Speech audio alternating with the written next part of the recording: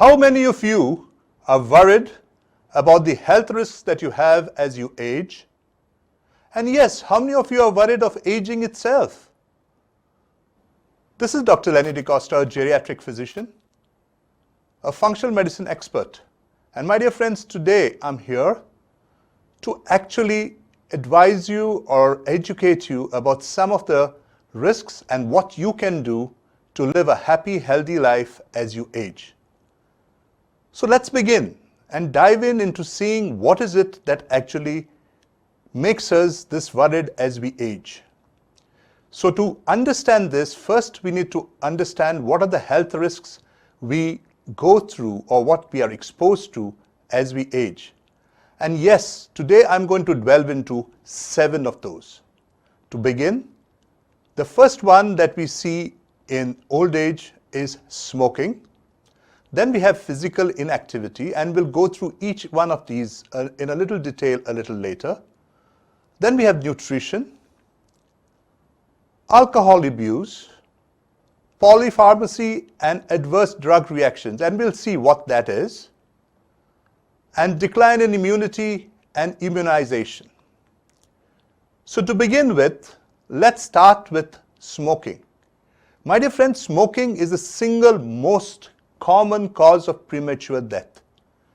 And we see so many elderly smoking regularly. They feel that they've smoked all their life and nothing's going to happen to them. The moment you cross the age of 60, chances are that smoking is going to be the single cause of all your health problems. It causes cancers and has an increased risk of coronary artery disease and stroke. You have conditions like COPD, chronic obstructive pulmonary disease, acid peptic disease, loss of physical function, and even loss of mobility that are seen in most smokers. It is a risk factor in osteoporosis and other conditions that afflicts the elderly. And it enhances the aging process itself. It causes age-related functional decline and loss of mobility, like I just said. So if you need to have that strength about you, the confidence about you, my dear friends, if you are smoking, please stop smoking. The next one that we see is physical inactivity. Now, what is physical inactivity? Physical inactivity is generally the fact that you don't exercise enough or you don't go about your normal daily routine the way you used to a few years earlier. Now, why does this happen? It happens because aging is associated with the loss of myocytes and muscle mass. What is myocytes? Myocytes are basically muscle cells. So this causes a decline in the muscle cells, decline in the muscle mass, along with the decline in the strength itself and the power and endurance. So you can't do what you used to do maybe 10 or 15 years earlier. This, along with the fact that exercise tolerance itself has gone down, pulmonary capacity has gone down, along with age, makes older people generally inactive and sedentary, causing you to stop your regular exercise. But the best thing that you can do for yourself is keep yourself active. Go for those morning walks. Do that high intensity workout once in a while. Do a little bit of anaerobic exercises daily. And yes, you will remain active and you will slow down the whole process of muscle degeneration and inactivity totally. What are the benefits of exercise? You have a greater survival and protection against cardiovascular disease. There is always a weight reduction that is seen, so you don't put on that unnecessary weight. There is a beneficial effect on your sugar and your cholesterol metabolism, and it protects you against osteoporosis, one of the worst conditions that you see in the elderly as you start aging. There's also an improvement of the muscle strength and functional capacity. You are in a position to move better. You have more strength. You can do more physical activity. There is also the cherry on the top of the cake, and that is your psychological well-being.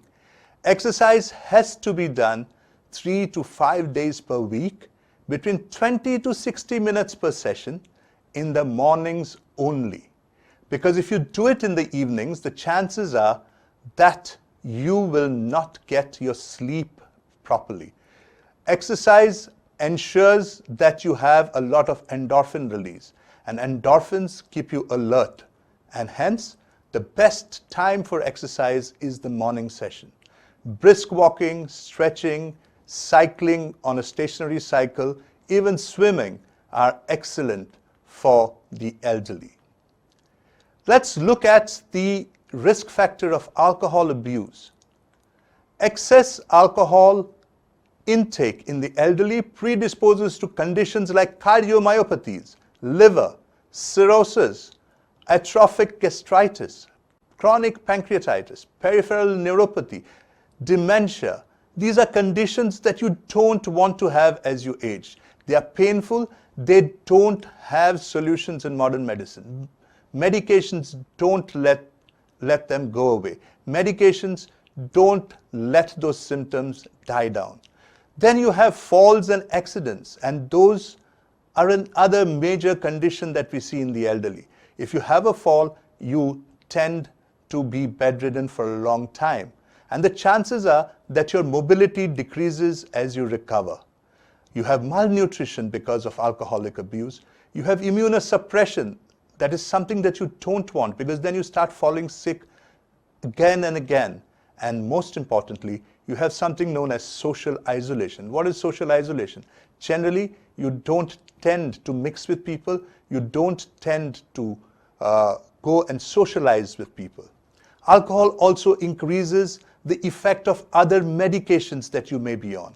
Medications like analgesics, sedatives, antidepressants, and other drugs acting on the central nervous system.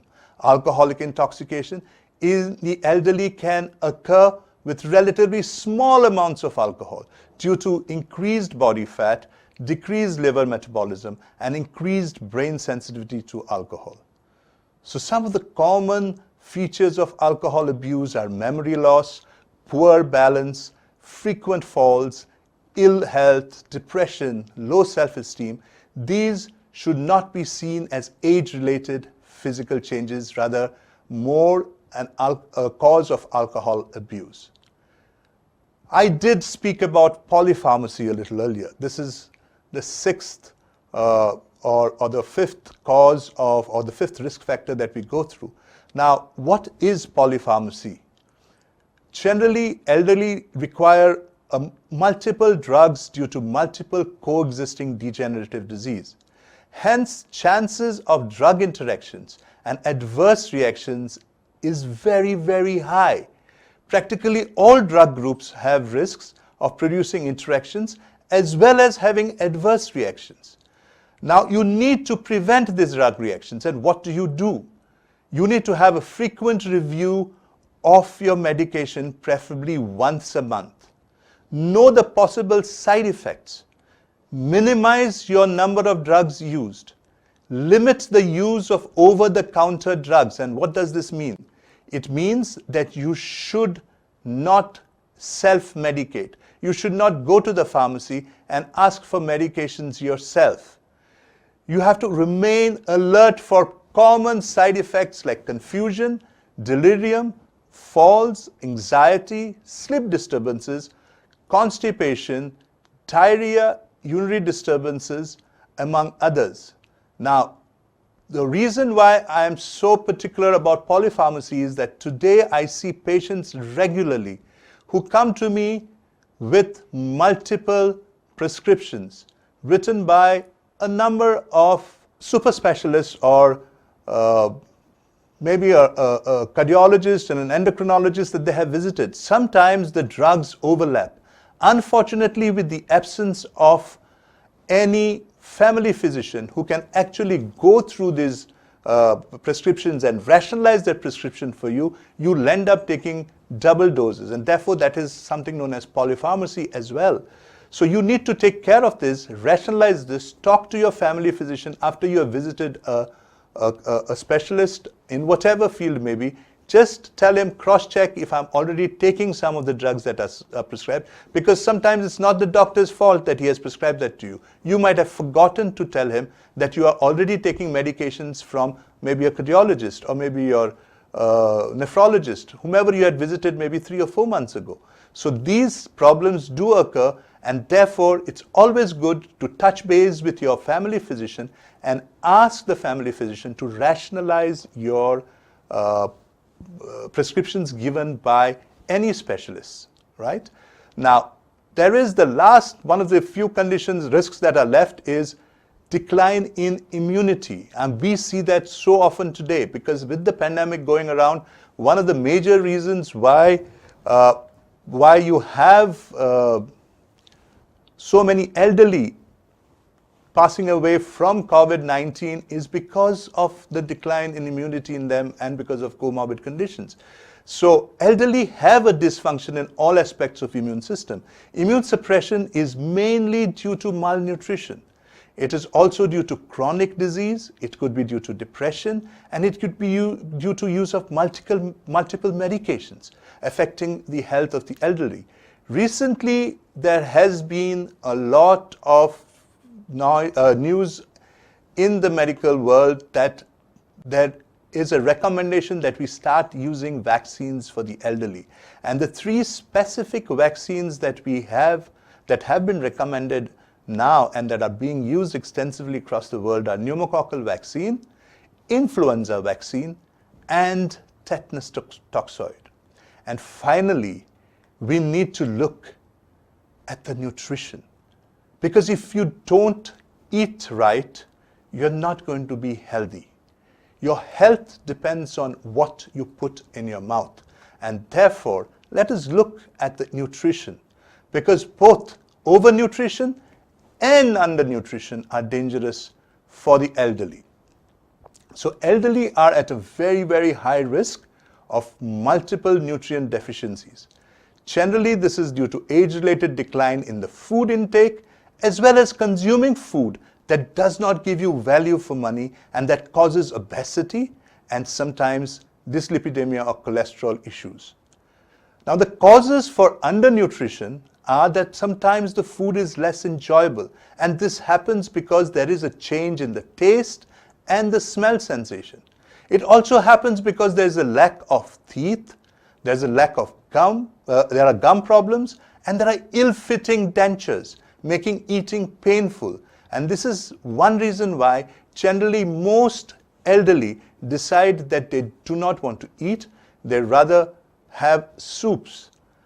This is one reason why you have a reduced nutritional uptake.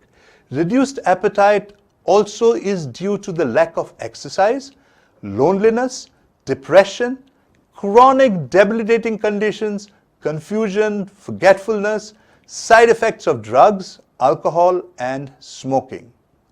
Now, what are the effects of this undernutrition?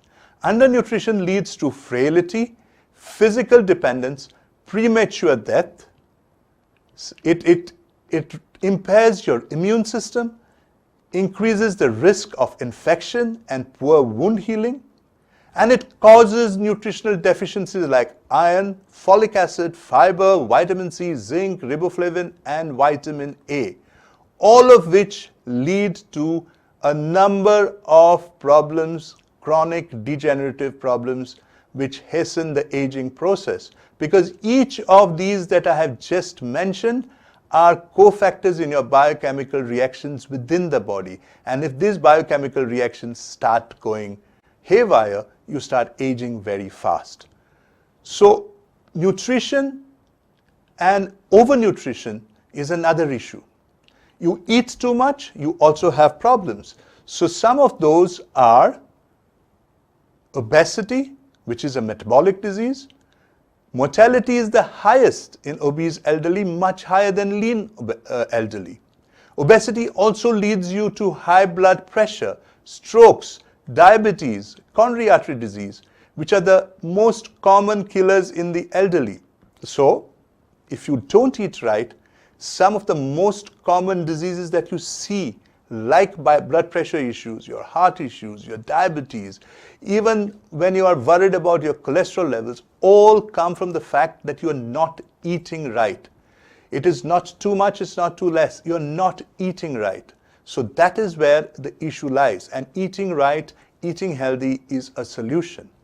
See, these conditions of overnutrition are normally seen in our society today because of the huge lifestyle changes that we have and sedentary work culture that we have cultivated right from our younger days. This carries on as you start aging, and the chances are that you do start putting on weight, and this weight gain can be dangerous. Elderly should maintain their weight just below the ideal weight recommended by the doctor, and most importantly, do a lot of physical activity. Having said this, what are the rules for the elderly diet, or what should you eat? Ideally, you should avoid 2 heavy meals. Instead, have 3 or 4 smaller meals. You should avoid taking only a liquid diet like khichdi, soups, soft mashy foods.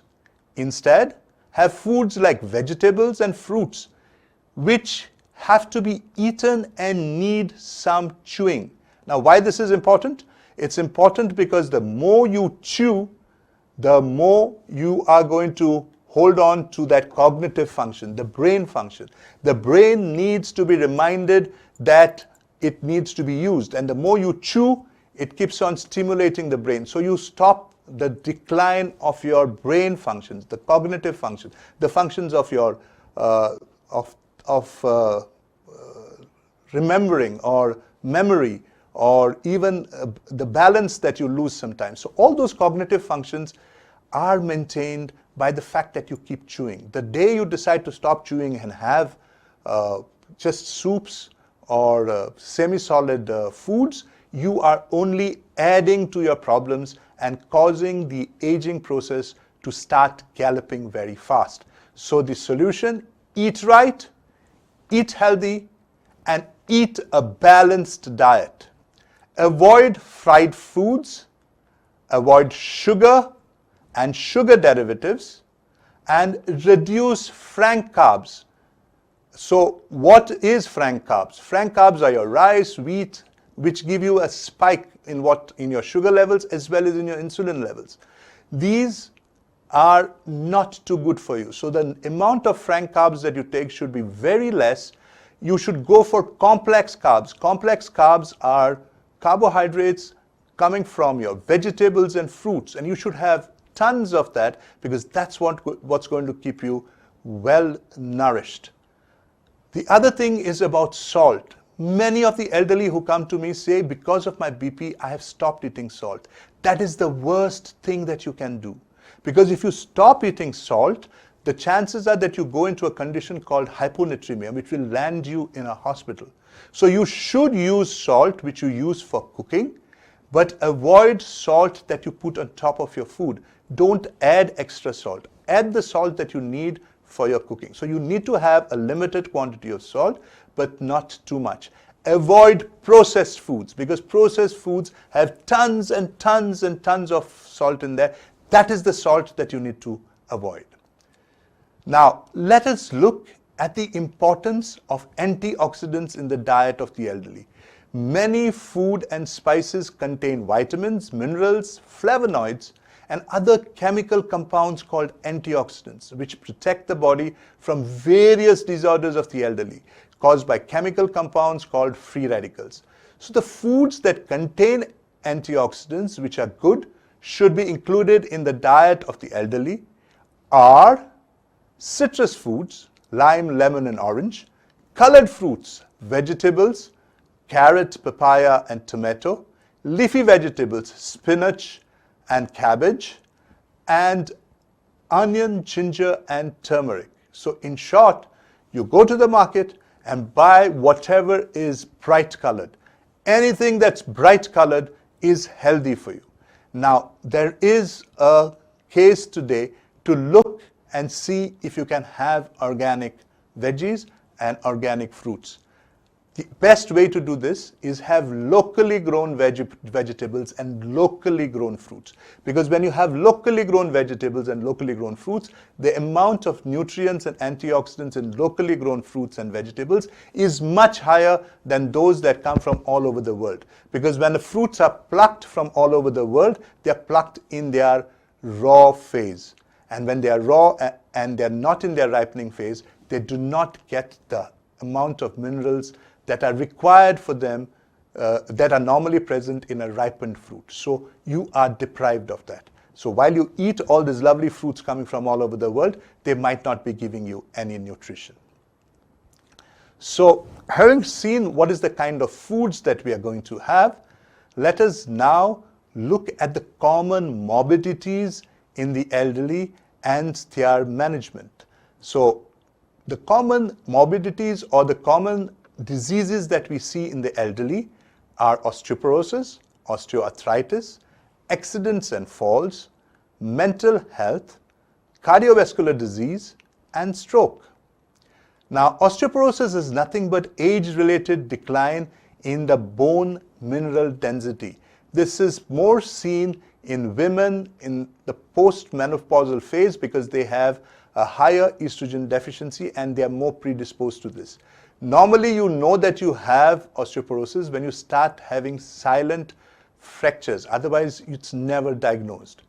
Prevention and management of osteoporosis is nothing but a good diet, rich in calcium and vitamin D foods like milk, curd, cheese, small fish, and certain green vegetables.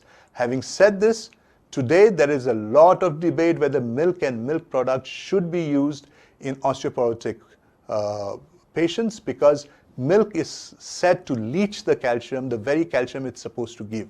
So I would take it with a little bit of caution, and I do advise my patients to decrease the milk or stop the milk intake, and they should go for supplementation of vitamin D and calcium.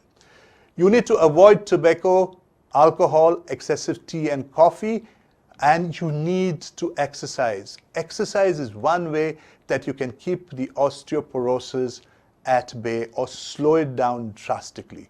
Osteoarthritis is another major cause wherein there's a degeneration of the joints, especially the weight-bearing joints, your knee joint, your hip joint, and there's a decrease in the joint flexibility. The cause for this is again lack of exercise and physical activity and sedentary lifestyles. Now the major problem that you have in the elderly is accidents and falls. And this cause a lot of pain, cause a lot of trauma due to injury, loss of function, prolonged immobility, and its complications. And there is another issue that happens with the elderly. If they ever fall once, there is always a fear that they will fall in the future, and thus they go into a self-isolation, stop movement, stop the entire exercise, and lose their independence, and then go into depression. So this is something that you don't want to be in. Mainly, the other thing that happens is there is a lot of age-related changes in both the sensory and the musculoskeletal system and muscle strength and coordination, causing the elderly to fall more frequently. Because if you don't have your coordination properly, the chances are that you do get a little dizzy and you do fall. So it's always good to use that walking stick. You don't need to feel ashamed and say that I've now grown old and I need a walking stick. If you have that walking stick, the chances are you live longer and you live a more healthy life. So that is another thing that you need to do. So to prevent accidents and falls, you need to do a few things in your house. You need to put a lot of rubber mats along the house wherever you have slippery flooring. You need to clear your pathways from any clutter. Don't put too many pots in your pathways. You need to get rid of you need to put handrails in your corridors and bathrooms and toilets. So if you go a little dizzy, you can hold on to it. You need to get rid of the sharp-edged furniture. All your lighting has to be well done. The other important thing is you need a Western toilet because you can't sit on an Indian toilet. And in all your rooms, you need to have good curtains and furnishings.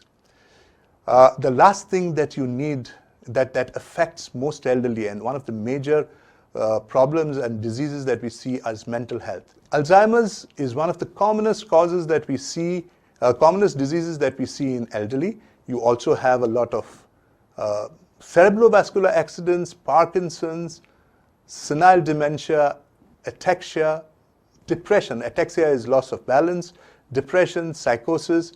And so if any elderly complains of a memory deficit, forgetfulness, behavioral problems, abnormal movements, and seizures, you should immediately get this investigated in a specialized center. Elderly need to keep themselves mentally busy. That's one way that you can avoid Alzheimer's. You need to do writing, crossword puzzles, reading, get into social work, and all these will avoid all these diseases that we see.